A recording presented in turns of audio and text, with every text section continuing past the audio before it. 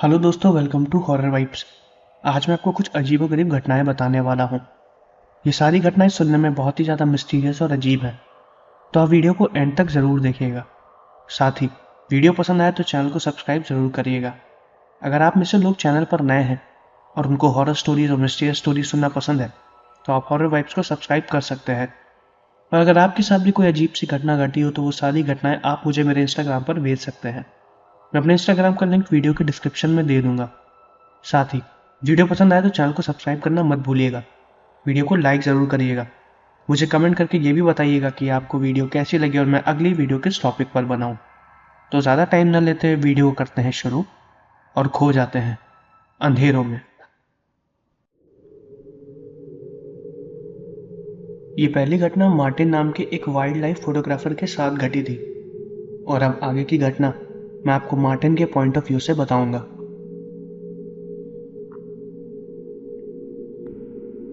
मेरा नाम मार्टिन है। मैं एक न्यूज़ चैनल के लिए फोटोग्राफी करता हूँ। मैं अलग अलग जगह पर जाके अच्छी अच्छी लोकेशंस की फ़ोटोग्राफ खींचता हूँ और कई ढेर सारे न्यूज़ चैनल्स को देता हूँ, जिससे मेरा गुजारा होता है। मेरी यही जॉब है। लेकिन इन सारे फोटोग्राफीज में मुझे वाइल्ड लाइफ फोटोग्राफी करना बहुत पसंद है। मैं वो अपने पर्सनल यूजेस के लिए करता हूँ। मेरी फ़ोटोग्राफ्स बहुत लोगों को पसंद भी आती हैं और बहुत लोग मुझे अपने साथ वाइल्ड लाइफ फोटोग्राफी करने के लिए ले भी जाते हैं और मैं एज अ फ्रीलांसर उनके साथ जाता भी हूँ, जिससे मेरी अच्छी खासी कमाई भी हो जाती है। एक बार मुझे ऐसे ही एक ऑफ़र मिला। मुझे एक बंदे के साथ जंगल के एक कोने में जाके कुछ ऐसे जानवरों की फ़ोटो लेनी थी जो सिर्फ वहीं पर ही रहते हैं। दरअसल वो जानवर कोई जंगली भेड़िए या भालू थे जो कि वहीं पर ही पाए जाते थे। हालांकि वो बहुत ही ज़्यादा खतरनाक थे। उनकी फ़ोटोग्राफ्स जल्दी किसी को मिली भी नहीं है। उनमें से एक तो ऐसा था जिसने कई जानवरों को पहले से ही मार रखा था और कई बार तो वो इंसानों पर भी हमला कर चुका था। वो सारी फोटोग्राफ्स हमें वहाँ के कुछ फॉरेस्ट ऑफिसर्स को देनी थी ताकि वो लोग उसे रेस्क्यू कर सके। और अगर उसे किसी तरीके का कोई जख्म हुआ है या अगर कोई बीमारी हुई हो जिसकी वजह से वो पागलों की तरह लोगों को मार रहा है तो उसका इलाज हो पाए। हमारी टीम में सिर्फ 4 लोग थे, 2 ऑफिसर्स और हम 2 लोग और। मेरे साथ जो दूसरा आदमी था वो भी फोटोग्राफर ही था। वो भी एक वाइल्ड लाइफ फोटोग्राफर था। उसका नाम ऋषभ था। फॉरेस्ट ऑफिसर्स के साथ हम उन्हीं की वैन से जंगल के उसी कोने में जा रहे थे जहाँ पर उस जानवर को देखा जाता था। वहाँ पर उनके पास 2 राइफल्स थे, 2 अटैक करने के लिए और 2 ऐसे गन जिसकी गोलियों से वो जानवर बेहोश हो सकता था। हम उन्हीं के साथ वहाँ पर थे। हम चारों को यही इंस्ट्रक्शन थे कि हम उन्हें देखते ही उनकी फ़ोटो खींचना चालू कर दें और उन ऑफिसर्स को ये इंस्ट्रक्शन थे कि अगर वो जानवर कहीं भी दिखाई दे तो तुरंत उसे बेहोश करें और मेन टीम को खबर करें। हमें इसके अच्छे पैसे भी मिलने वाले थे। हालांकि काम थोड़ा सा रिस्की था क्योंकि वो जानवर हम पे भी हमला कर सकता था, लेकिन फिर भी हम दोनों जाने के लिए तैयार हो गए थे। जब हम वहाँ पर पहुँचे तो वहाँ पर बहुत ही ज़्यादा अंधेरा था। गाड़ी जहाँ तक जा पाई जंगल के अंदर तक वहाँ तक गई। तभी एक फॉरेस्ट ऑफिसर के वॉकी टॉकी पर एक इन्फॉर्मेशन आई कि उस जानवर ने किसी औरत पर हमला कर दिया है। वो औरत अपने दोस्तों के साथ वहाँ पर कैंपिंग करने गई थी। हालांकि वो जगह कैंपिंग के लिए बिल्कुल भी सूटेबल नहीं थी। वो लोग वहाँ पर कैंपिंग के लिए कैसे पहुँच गए इसके बारे में अभी भी तहकीकात चल रही थी। हम लोगों ने अपनी सेफ्टी के लिए सारे सेफ्टी गार्ड्स पहने हुए थे। तभी पता चला कि वो औरत अभी भी जिंदा है। उसके साथ जो 2 लोग और आए थे वो बाकी फॉरेस्ट ऑफिसर की हिरासत में है और वो औरत लापता है। वो जानवर उस औरत को जंगल के उसी कोने में लेकर चला गया है जहाँ पर हम लोग जाने वाले थे। जब ये बात ऑफिसर्स को पता चली तो वो लोग तुरंत अलर्ट हो गए। बैकअप के लिए भी टीम आने लगी और हम चारों लोग उस जानवर को ढूंढने के लिए चले गए। हमारी सेफ्टी की हमें बिल्कुल भी टेंशन नहीं थी, इसलिए हम बस अपने काम पे ही फोकस करना चाह रहे थे। जहाँ तक हमारी गाड़ी जा पाई हम वहाँ तक गए। उसके बाद हम नीचे उतरे और जंगल के अंदर की तरफ जाने लगे। हम वहाँ तक पहुँचने ही वाले थे। हमें उस जानवर के फुटप्रिंट्स भी दिखाई देने लगे थे और हमने फ़ोटो भी खींचना स्टार्ट कर दी थी। आम जानवरों के मुकाबले उसके पैर का साइज़ काफ़ी ज़्यादा बड़ा था। हमने एक एक डिटेल्स को रिकॉर्ड किया और लगातार फ़ोटो को खींचते रहे। अंधेरा काफ़ी ज़्यादा था लेकिन हमें सब कुछ साफ साफ दिखाई दे रहा था क्योंकि हमारे पास लाइट्स काफ़ी ज़्यादा थी। हम बस थोड़ा सा ही अंदर गए तभी हमें एक औरत की चिल्लाने की आवाज़ आई और वो चिल्लाने की आवाज़ उसी औरत की थी जिसको वो जानवर उठा के ले गया था। उसकी आवाज़ सुनते ही हम चारों लोग उस तरफ भागने लगे। जब हम वहां पर पहुंचे तो हमने उस जानवर को देखा। उसने उस औरत को अपने दांतों से पकड़ा हुआ था और उसने काफ़ी ज़्यादा ज़ोर से उसे दबाया हुआ था। वो जिंदा थी लेकिन तड़प रही थी।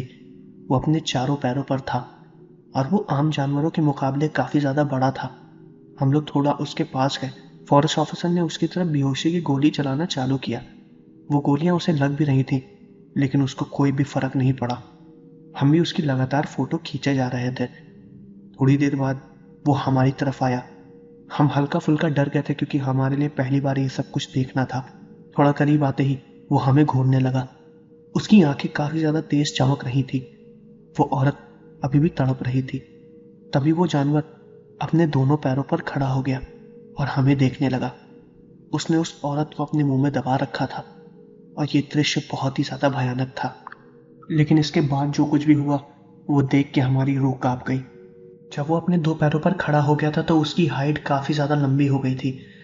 उस औरत के गर्दन से निकलते हुए खून से वो खुद ब खुद भीगी जा रही थी और तड़प तड़प के वो उसी के मुंह में मर गई। दोनों ऑफिसर्स लगातार उसकी तरफ गोलियां चला रहे थे। बेहोशी की गोलियां जब काम नहीं की तो उन्होंने मेन गोलियां चलाना चालू कर दिया, जिसकी वजह से उसको कुछ खास असर नहीं पड़ रहा था। तभी हमने वो चीज देखा जिसकी हमें बिल्कुल भी उम्मीद नहीं थी। वो मरी हुई औरत दोबारा तड़पने लगी और उसने अपनी आंखों को खोला। उसका पूरा शरीर उसके मुंह में ही था, लेकिन जब उसने अपनी आंखों को खोला तो वो एकदम सफेद थी। हम चारों लोग ये सब देख के एकदम हैरान हो गए थे। हमारे गले से आवाज तक नहीं निकल रही थी। वो लड़की हमारे ऊपर चिल्लाई, लेकिन उसकी चिल्लाने की आवाज उस राक्षस के चिल्लाने की आवाज से भी काफी ज्यादा थी। वो जिंदा हो गई थी। शायद कुछ बोलना भी चाह रही थी, लेकिन चिल्ला के बोल रही थी। मुझे ऐसा लग रहा था कि वो हमें उस जंगल से बाहर जाने के लिए बोल रही थी कि चले जाओ वरना मैं तुम्हें मार दूंगा।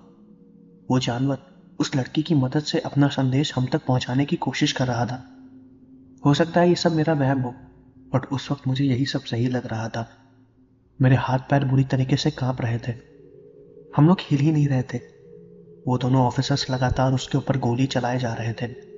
फिर उस क्रीचर ने उस लड़की के शरीर को पेड़ की तरफ फेंक दिया और वो अंधेरे में कहीं जाके गिरी और वो हमारी तरफ आने लगा। मैं और ऋषभ अपने सारे सामान को वहीं पर छोड़ के जंगल के बाहर की तरफ भागने लगे। एक ऑफिसर लगातार उस पर गोलियां चला रहा था और दूसरा ऑफिसर, उसकी शायद गोलियां खत्म हो गई थी इसलिए वो अपनी गन को रिलोड कर रहा था। जो पहला ऑफिसर उसके ऊपर गोलियां चला रहा था उसने उसके बंदूक को वहीं पर ही तोड़ दिया और शायद उस पर कुछ हमला भी किया। हम ढंग से देख नहीं पाए थे। उस चीज को देख के दूसरा ऑफिसर भी हमारे साथ हमारे पीछे पीछे भागा। हम इतना डरे हुए थे और घबराए हुए थे कि हमने पीछे मुड़ के भी नहीं देखा कि आखिर वो हमारे पीछे आ भी रहा है या नहीं। हमें बस आखिर में ही वो एक ऑफिसर के चिल्लाने की आवाज आई और वो वही ऑफिसर था जो लगातार उस पर गोली चला रहा था। जब उस ऑफिसर के चिल्लाने की आवाज आई तो हम तुरंत पीछे मुड़े तो हमने देखा वो ऑफिसर जिसकी बंदूक में गोलियां खत्म हो गई थी वो हमारे पीछे आ रहा था और वो काफी ज्यादा डरा हुआ था। उसने हम दोनों को पकड़ा और हमें आगे भागने के लिए बोला। वॉकी टॉकी पर उसने बैकअप टीम को भी इन्फॉर्म कर दिया था। बैकअप टीम भी हमारे पास जल्दी आ रही थी। उसके बाद हमें यह भी नहीं पता कि वो क्रीचर हमारे पीछे आ भी रहा था या नहीं। हम बस आगे की तरफ देख के लगातार भागे जा रहे थे। अंधेरे की वजह से हमें कुछ दिखाई नहीं दे रहा था क्योंकि हमने सारी लाइट्स वहीं पर ही छोड़ दी थी। अंधेरे में जब हमसे नहीं भागा गया तो हम एक पेड़ के पीछे जाकर बैठ गए। वो ऑफिसर भी हमारे साथ वहीं पर ही बैठा हुआ था। उसने अपनी पिस्टल बाहर निकाल ली थी और वॉकी टॉकी से अपनी बैकअप टीम को अपनी लोकेशन के बारे में बता रहा था। हम भी चुपचाप वहीं पर ही बैठे थे। 15 मिनट तक चुपचाप बैठने के बाद वो बैकअप टीम वहां पर आ गई। उसमें करीबन 10 लोग थे। उन्होंने हमारी हालत देखी। उनमें से 2 लोग तुरंत हमें लेके जंगल से बाहर गए। उसके बाद हमें पता नहीं कि क्या हुआ, लेकिन बाद में जब वो ऑफिसर्स बाहर आए तो हमें ये पता चला कि वहां पर उन्होंने जाके उनको ढूंढने की कोशिश की थी। हमारे सारे इक्विपमेंट्स पूरी तरीके से टूट चुके थे। वो ऑफिसर और वो लड़की, उन दोनों की डेड बॉडी गायब हो चुकी थी। काफी दिनों तक उन्हें ढूंढा गया लेकिन वो नहीं मिले। हमारे इक्विपमेंट्स और जितनी भी चीजों का नुकसान हुआ था उसका सारा पैसा हमें दे दिया गया, लेकिन फिर हमें दोबारा वहां पर जाने की परमिशन नहीं मिली। हालांकि मैं जाने के लिए एकदम तैयार था, लेकिन ऋषभ ने साफ साफ मना कर दिया था कि वो अपनी जान का रिस्क बिल्कुल भी नहीं लगाएगा। मुझे बहुत ही बेकार लगा कि मैं उस चीज़ की या वो क्रीचर जो कोई भी था मैं उसकी फ़ोटोग्राफ नहीं ले पाया, क्योंकि अगर मैं शायद उस फोटोग्राफ को ले लेता तो ये मेरे लिए बहुत ही बड़ी अचीवमेंट होती। लेकिन वो बहुत ही ज़्यादा बड़ा खतरा था। ऐसे किसी भी क्रीचर को मैंने नहीं देखा था। वो अपनी बातों को उस लड़की की डेड बॉडी के थ्रू हमसे बात करने की कोशिश कर रहा था। वो कोई एलियन था या इंसान या फिर जानवर के रूप में कोई शैतान, हमें कुछ भी नहीं पता था। एक भी डिटेल मुझे उसके बारे में नहीं पता चली। अगर मेरे पास उसके बारे में कोई भी डिटेल होती तो मैं उससे पता लगाने की कोशिश ज़रूर करता। उस एरिया को सील कर दिया गया। उसके बाद वहाँ के बारे में ज़्यादा इन्फॉर्मेशन मुझे नहीं मिली, क्योंकि मैं जिस काम के लिए आया था वो काम हुआ नहीं था और वहाँ के ऑफिसर्स ने मुझे वहाँ से जाने के लिए बोल दिया था। मैंने कई दिनों बाद उनसे रिक्वेस्ट की कि मैं वहाँ पर दोबारा जाना चाहता हूँ और हो सके तो मैं उनकी मदद करना चाहता हूँ ताकि मैं उस क्रीचर की फ़ोटो ले लूँ। लेकिन फिर भी उन्होंने मुझे वहाँ पर जाने की परमिशन नहीं दी और इस राज को किसी को बताने के लिए भी नहीं बोला। और वो लड़की जो कि अपने दोस्तों के साथ कैंपिंग करने आई थी, उसके भी घर वालों को इन्फॉर्म कर दिया गया। और वो लड़के जो उस लड़की के साथ आए थे, उनके बारे में मुझे कुछ भी पता नहीं चला कि आखिर उनके साथ क्या हुआ। ये जो अजीब सी घटना मेरे साथ घटी, इसके बारे में मैं बिल्कुल भी अनुमान नहीं लगा सकता हूँ कि ये सच है या मेरा वहम। उस दिन के बाद से ऋषभ भी मेरा दोस्त बन गया। हमने एक साथ कई प्रोजेक्ट्स किए, लेकिन हम अक्सर जब भी मिलते हैं तो उस घटना के बारे में ज़रूर बात करते हैं। और उस दिन के बाद से हम लोग उस लोकेशन पर दोबारा कभी भी नहीं गए। तो ये थी सर्च और रेस्क्यू और जंगल में घटी हुई एक अजीब सी घटना। अब मैं आपको एक दूसरी घटना बताने वाला हूँ। ये दूसरी घटना भी सुनने में बहुत ही ज़्यादा अजीब है। ये दूसरी घटना अलॉय नाम के एक आदमी के साथ घटी थी और अब आगे की घटना मैं आपको अलॉय के पॉइंट ऑफ व्यू से बताऊंगा। मेरा नाम अलॉय है और मैं फीजी का रहने वाला हूँ। ये जो घटना मैं आपको बताने वाला हूँ ये मेरे साथ ही घटी है और बहुत ही ज़्यादा अजीब थी। लेकिन ये जो घटना मेरे साथ घटी है इसका मुझे कुछ भी याद नहीं है और मैं यकीन से भी नहीं कह सकता हूँ कि ये घटना मेरे ही साथ घटी है। थोड़ा सा कंफ्यूजिंग होगा, पर मैं पूरी घटना आपको बताने वाला हूँ। ये जो कुछ भी घटना मेरे साथ घटी ये मुझे मेरे अंकल और मेरे दोस्तों ने बताया। ये घटना है 1980 के करीब की। तब मेरी उम्र करीब 15 साल की थी। मैं अक्सर अपने दोस्तों और अपने अंकल के साथ बड़े जंगलों में लकड़ियाँ काटने जाया करता था। मुझे लकड़ियाँ काटना बहुत ही ज़्यादा पसंद था। दोस्तों के साथ हंसी मजाक करते हुए समय भी निकल जाता था और मैं अक्सर अच्छी अच्छी लकड़ियों को भी काट के लाता था। एक बार ऐसा ही मैं अपने दोस्तों के साथ लकड़ियों को काटने गया। उस दिन मेरे अंकल भी मेरे साथ चलने वाले थे। जहाँ पर हम रहते थे जंगल वहाँ से ज़्यादा दूर नहीं था, करीब आधे घंटे का ही रास्ता था। तो हम सब दोस्त अपनी अपनी साइकिल से जाया करते थे। अपनी साइकिल को जंगल के बाहर ही खड़ी कर देते थे और जंगल के अंदर जाते थे और जो भी सूखा पेड़ रहता था उसी को काट के चले आते थे। वो काफ़ी ज़्यादा बड़ा पेड़ भी होता था। जंगल के उस हिस्से में हम लोग करीबन 15 साल से जा रहे हैं और आज तक ऐसी कोई भी अजीब सी घटना नहीं घटी। ना कोई जंगली जानवर, ना ऐसी कोई घटना कि कोई अचानक से गायब हो जाए, ना ही कोई पैरानॉर्मल एक्टिविटी। सब कुछ एकदम शांत और नॉर्मल। हर बार की तरह उस दिन भी मैं अपने दोस्तों के साथ गया हुआ था। मेरे अंकल ने मुझे बोला कि मैं पेड़ काटने के लिए अपने दोस्तों के साथ चला जाऊं। वो करीबन 1 से 2 घंटे बाद अपनी गाड़ी से आएंगे और फिर कटे हुए पेड़ों के टुकड़े वो अपनी गाड़ी से लेकर चले जाएंगे। मैंने उनकी बात मानी और अपने दोस्तों के साथ वहीं पर चला गया। वहां पर एक बहुत ही सूखा पेड़ था जिसको मैं और मेरे दोस्त लोग मिलकर काट रहे थे और वो बहुत ज़्यादा पुराना और बड़ा भी पेड़ था। इसको काटने में बहुत ज़्यादा वक्त भी लग रहा था। हालांकि अपने सारे दोस्तों में से मैं सबसे ज़्यादा तेज़ी से पेड़ काटता हूँ और उसको काट के मैंने उसके टुकड़े भी जल्दी जल्दी ही अलग कर दिए थे। हालांकि वो पहले से भी थोड़ा सा कटा था, मुझे बस उसके टुकड़े करने थे। वो सब करने में करीबन आधे घंटे से ज़्यादा हो गया। अंकल ने मुझसे बोला था कि उनके आने से पहले मैं सारी लकड़ियों को एक तरफ जमा कर दूं ताकि वो आराम से सारी लकड़ियों को अपनी गाड़ी में लोड कर ले और फिर उनको वो वहाँ से ले जाए। हमने वैसे ही किया। सारी लकड़ियों का एक एक छोटा छोटा बंडल बना लिया था। तभी अंकल की गाड़ी की आवाज़ आई। अंधेरा लगभग होने ही वाला था। उन्होंने जंगल के बाहर से ही हॉर्न बजाया, जिसकी वजह से हमें पता चल गया कि वो आ गए हैं। उनकी गाड़ी जंगल के अंदर नहीं आ सकती थी। हालांकि हम जंगल के ज़्यादा अंदर भी नहीं आए थे। जहाँ पर वो थे वहाँ से हमें साफ साफ सब कुछ दिखाई दे रहा था। उनकी गाड़ी की वो हेडलाइट भी, वो बार बार उसे जला के हमें अपनी तरफ ही बुला रहे थे। मैंने अपने दोस्तों से कहा कि वो एक एक करके लकड़ियों के बंडलों को गाड़ी की तरफ ले जाए, और उन्होंने वैसा ही किया। वहाँ पर उस समय 4 बंडल हुए थे और मेरे 2 दोस्त ही थे। वो दोनों लोग एक एक करके बंडल को रख के आ गए और फिर दूसरे बंडल को लेने ही आ रहे थे। फिर उन्होंने भी मुझसे साथ चलने के लिए बोला। वो 2 बंडल को दोबारा लेकर चले गए और फिर मैंने उनसे कहा कि तुम चलो, मैं आखिरी पेड़ के टुकड़े को काट के और इसका बंडल बना के लेकर आता हूँ। उन्होंने कहा ठीक है। उसके बाद वो लोग वहाँ से चले गए और फिर मैं अपना काम करने लगा।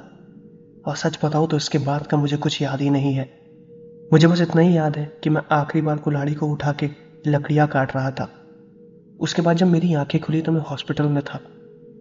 उस दरमियान मेरे साथ क्या हुआ मुझे कुछ भी नहीं पता। मेरे हाथ पैरों में बुरी तरीके से जख्म थे, पैर पूरे छिले हुए थे, खून से लथपथ, हाथ पैर एकदम कटे हुए थे, चेहरा एकदम गंदा था, बाल भी लगभग बढ़ चुके थे और मुझे कुछ भी याद नहीं कि आखिर मैं था कहाँ। जब मैं होश में आया तो मेरे घर वाले मेरे सामने ही बैठे हुए थे। मेरे वो सारे दोस्त जो आखिरी वक्त पे मेरे साथ थे वो उस टाइम वहीं पर ही बैठे थे और मैं एक अस्पताल में था। मेरे अंकल भी वहीं पर ही थे और जब सब लोगों ने मुझे देखा तो बहुत हैरान हो गए थे। मैं भी सब लोग को देख के बहुत हैरान हो गया था। आखिर मैं यहाँ पर कैसे आया, मेरी ये हालत कैसे हुई, मुझे कुछ भी याद नहीं। उसके बाद मैंने अपनी हालत को थोड़ा सुधारा। मुझे मेरे घर वाले कुछ बता भी नहीं रहे थे कि आखिर मुझे हुआ क्या है। करीबन 1 हफ्ते बाद जब मेरी कंडीशन थोड़ी ठीक हुई और मेरे जख्म भरना चालू हुए तो मेरे दोस्तों ने फिर मुझे बताया कि आखिर मेरे साथ हुआ क्या था। दरअसल आखिरी वक्त जब मैंने अपने दोस्तों को बताया था कि मैं लकड़ियों का बंडल लेकर आ रहा हूँ तो उसके बाद वो लोग गाड़ी पर जाके मेरा इंतज़ार करने लगे। आधे घंटे से ज़्यादा हो चुके थे पर मैं नहीं आया था। आमतौर पर जब मैं कुल्हाड़ी को लकड़ियों पर मार रहा था तो उसकी कटने की आवाज़ पूरे जंगल में गूंज रही थी, लेकिन मेरे दोस्तों ने बताया कि वो आवाज़ भी आना बंद हो गई थी, जिससे उन्हें यही लग रहा था कि शायद मैं अब लकड़ियों को बांध रहा हूँ और उन्हें लेकर आ रहा हूँ। लेकिन जब आधे घंटे से ज़्यादा हो गए और मैं नहीं आया तो अंकल ने गाड़ी का हॉर्न बजाया और उसकी आवाज़ पूरे जंगल में गूंजी। उसके बाद भी हम लोगों ने 10 मिनट तक वेट किया लेकिन मैं नहीं गया, तो वो लोग मुझे ढूंढने के लिए आए और जब वो लोग वहाँ पर पहुँचे तो वहाँ पर मैं था ही नहीं। वो कुल्हाड़ी जिससे मैं लकड़ियों को काट रहा था वो वहीं पर ही पड़ी हुई थी, लकड़ियों का बंडल भी वहीं पर ही था। और उसके बाद मेरे साथ क्या हुआ मुझे कुछ भी नहीं पता। मुझे काफ़ी ढूंढा गया, पुलिस वालों को भी बुलाया गया और कई फॉरेस्ट ऑफिसर ने 3-4 दिन तक मुझे ढूंढा। कई जगह तो मेरे फटे कपड़े भी मिले लेकिन मैं उन्हें कहीं भी नहीं मिला।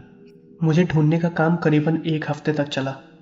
मेरे पैरों के निशान भी लोगों को पाए जाते थे। कई बार तो लोगों ने यह भी कहा था कि और लोग भी जब लकड़ियां काटने जंगल में आते थे तो उनको मैं कहीं खड़ा दिखाई देता था। कई बार लोगों को पेड़ के ऊपर चढ़ा हुआ भी।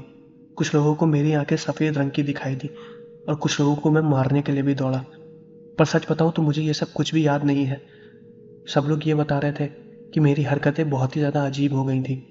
मैं लोगों को मारता भी था और उन पर चिल्लाता भी था। जंगल के कुछ छोटे मोटे जानवरों को तो मैंने अपने हाथों से मार दिया और उनके मांस को खा भी लिया। जब ये सब बात उन्होंने मुझे बताई तो मुझे इन सब चीज़ों पर बिल्कुल भी विश्वास नहीं हो रहा था कि ये सब मैं भी कर सकता हूँ। मेरी हालत बहुत ज़्यादा ख़राब हो गई थी। मेरा दिमाग ये सब मानने की स्थिति में था ही नहीं।